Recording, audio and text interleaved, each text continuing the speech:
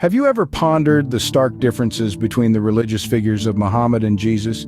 Two notable figures both respected and revered in their respective religions, but their approaches and teachings present a stark contrast. Today, we delve into this contrast, focusing on two specific events: the offensive war led by Muhammad against Jews and Christians as portrayed in At Taubah 29, and the peaceful teachings of Jesus as depicted in Luke 22:36. Chronologically, let's start with At Taubah 29, which recounts the events leading up to the offensive war led by Muhammad.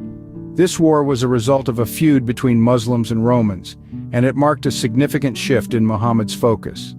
It was during the period of the Tabuk War where Muhammad and his forces seized control of Mecca, Medina, and eventually the Roman-held territory of Tabuk.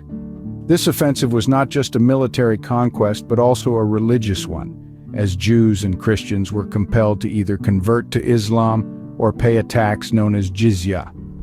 This narrative, as interpreted by Talili Tafsir, paints a picture of an aggressive expansion of Islam, where those of different faiths were seen as deviating from the path of God. This is a portrayal of Muhammad as a warrior, leading his followers in a physical struggle for religious dominance. Contrast this with the teachings of Jesus as depicted in Luke 22:36. Here Jesus urges his followers to arm themselves, not for an offensive war, but for self-defense.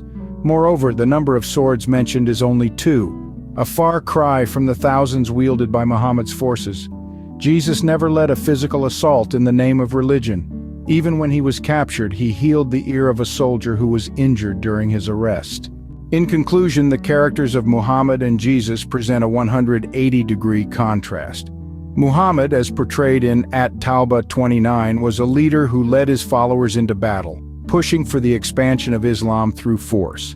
On the other hand, Jesus, as depicted in Luke 22:36, was a figure of peace who never led a physical assault in the name of religion. These contrasting narratives provide a fascinating insight into the diversity of religious teachings and the different approaches taken by religious figures. They highlight the complexity of religious history and the importance of understanding these nuances when studying religion.